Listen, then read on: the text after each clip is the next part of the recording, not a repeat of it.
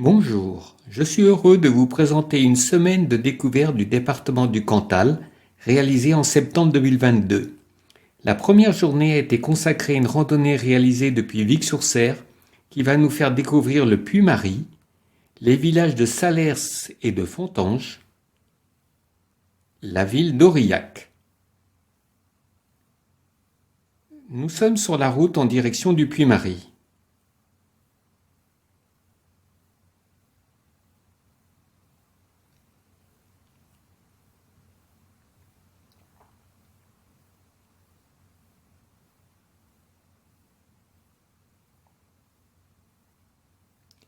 Le col du Pas-de-Pérol donne l'accès au Puy-Marie qui culmine à 1780 mètres d'altitude.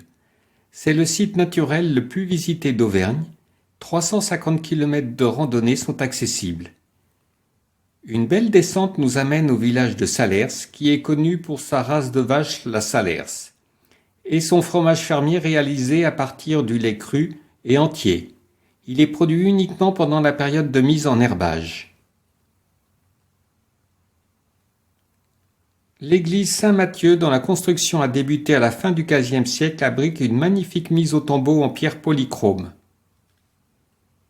Nous arrivons maintenant au charmant village de Fontanges, avec la chapelle monolithe Saint-Michel creusée dans une masse volcanique.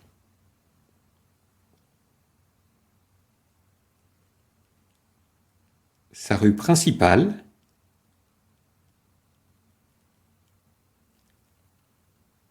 son église gothique Saint-Vincent du XVe siècle.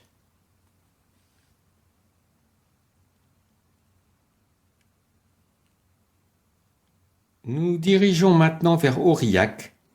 Aurillac est la capitale du parapluie. 2 entreprises réalisent annuellement 50% de la production française, soit 500 000 parapluies. 350 parapluies ont été utilisés pour décorer joliment cette rue et nous protéger du soleil.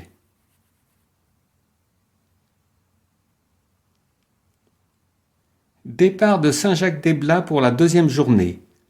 Village qui est une halte sur une des voies secondaires des chemins de Saint-Jacques-de-Compostelle et un point de départ pour les randonnées pédestres.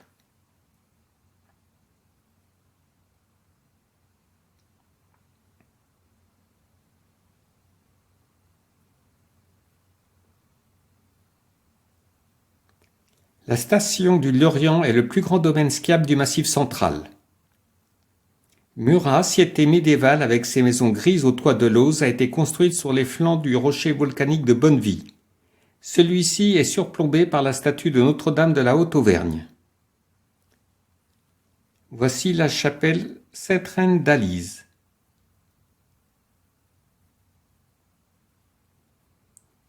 Quelques habitants locaux.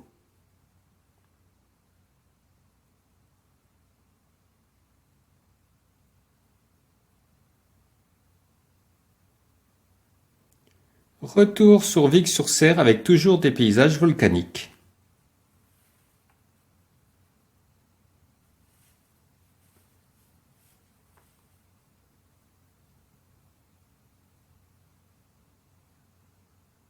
La 3e journée est consacrée à la découverte de Vic-sur-Cère qui est située au cœur d'un pays de plateaux et de ravins appelé le Carladès.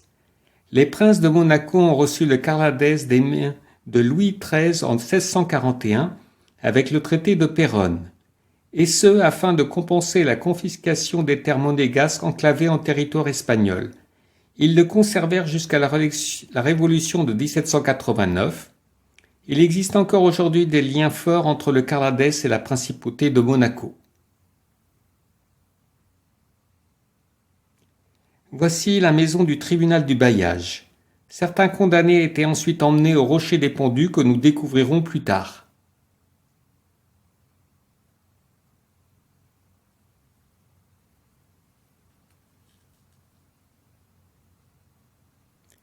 Nous apercevons le sommet du rocher de Mézommes.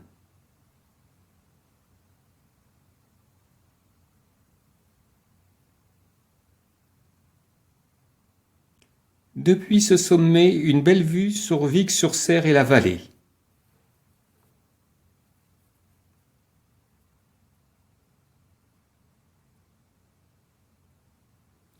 Nous arrivons au site des gorges du Pas de Serre qui ont été formées il y a plus de 20 000 ans. Des parois hautes de plus de 30 mètres au fond desquelles coule la Serre. En 2022, la sécheresse a également touché le Comtal. On distingue à peine la cascade sur la gauche.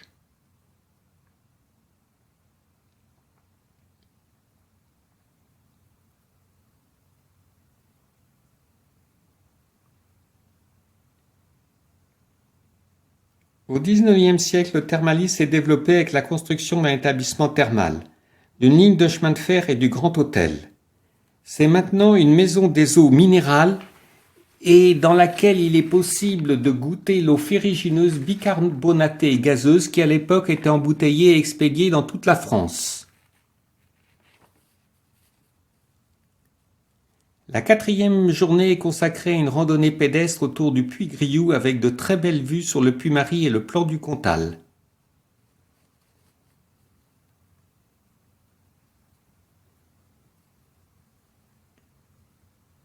Le puy Grioux est sur la gauche.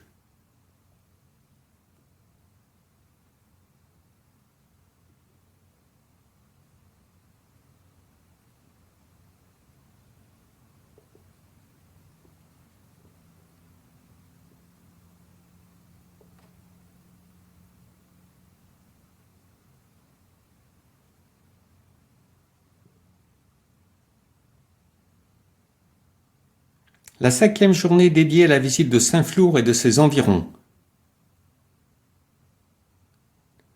Pour commencer, une vue sur la ville basse de Saint-Flour.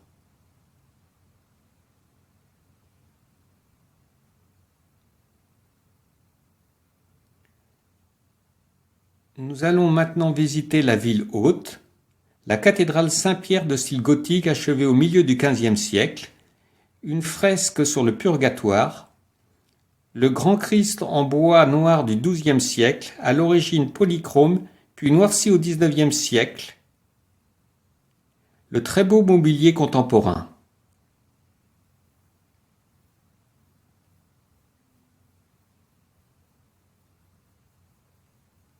La collégiale Notre-Dame ou Allobled de style gothique flamboyant, elle a été transformée à la Révolution en allograin.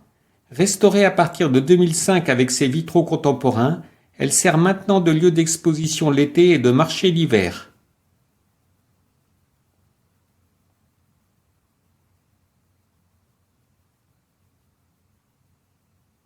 Nous voici maintenant devant le musée de la Haute-Auvergne installé dans l'ancien palais épiscopal.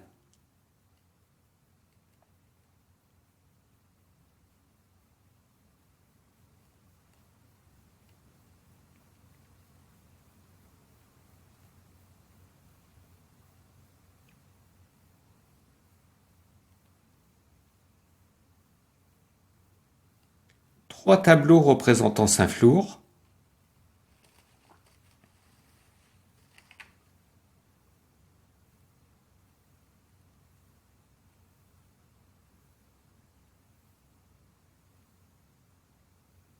Le musée d'art et d'histoire Alfred Douai, installé dans l'ancienne maison consulaire, constituée de 3 maisons. La façade Renaissance inspirée de Chambord et du XVe siècle. Alfred Douai, 1875-1952, a acquis et rénové les bâtiments et y a installé sa collection personnelle.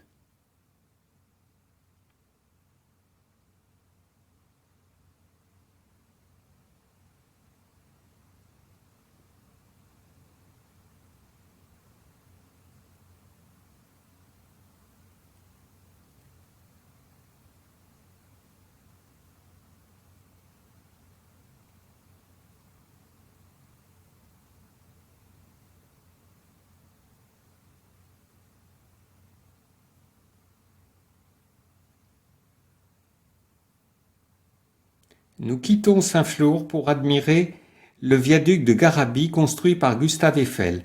C'est grâce à l'expérience acquise pendant la construction de ce viaduc qu'il put concevoir et réaliser à Paris sa fameuse tour pour l'exposition 1889. Poursuivons avec le belvédère de Mallet avec vue sur la retenue du Grand Val.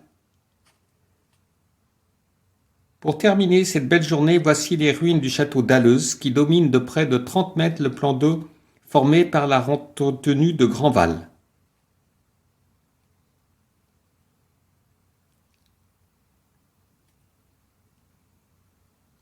Dernière journée de ce séjour qui va débuter par le site du Rocher des Pendus, une excursion dans le département de l'Aveyron et le site de Roques-sur-Ronesque.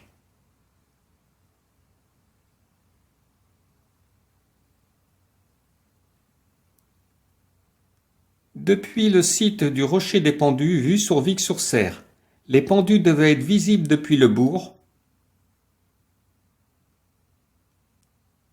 Très beau panorama sur les grands sommets du Cantal et le Carladès.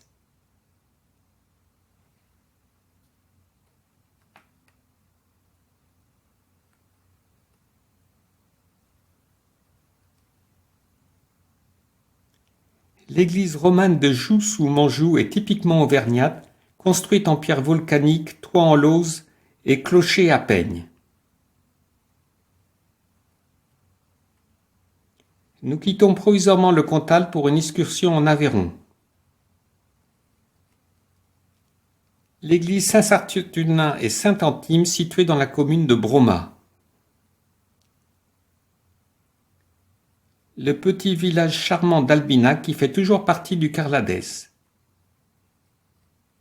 Et le barrage de Sarrance dont la construction débuta en 1929.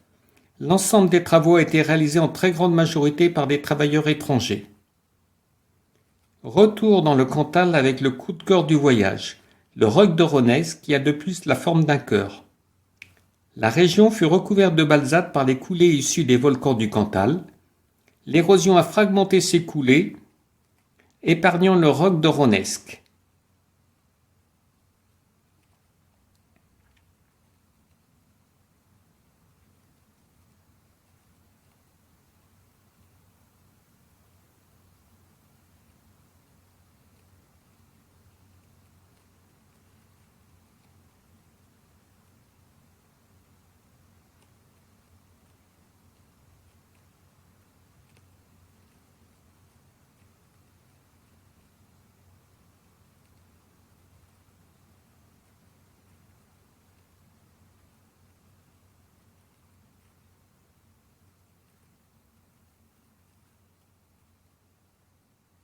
Retour à Vic-sur-Cère avec la surprise d'un chemin couvert de pierres volcaniques pendant 2 km. Pour terminer, une bonne adresse d'un restaurant situé à Sansfleur avec une cuisine de qualité et un accueil très sympathique.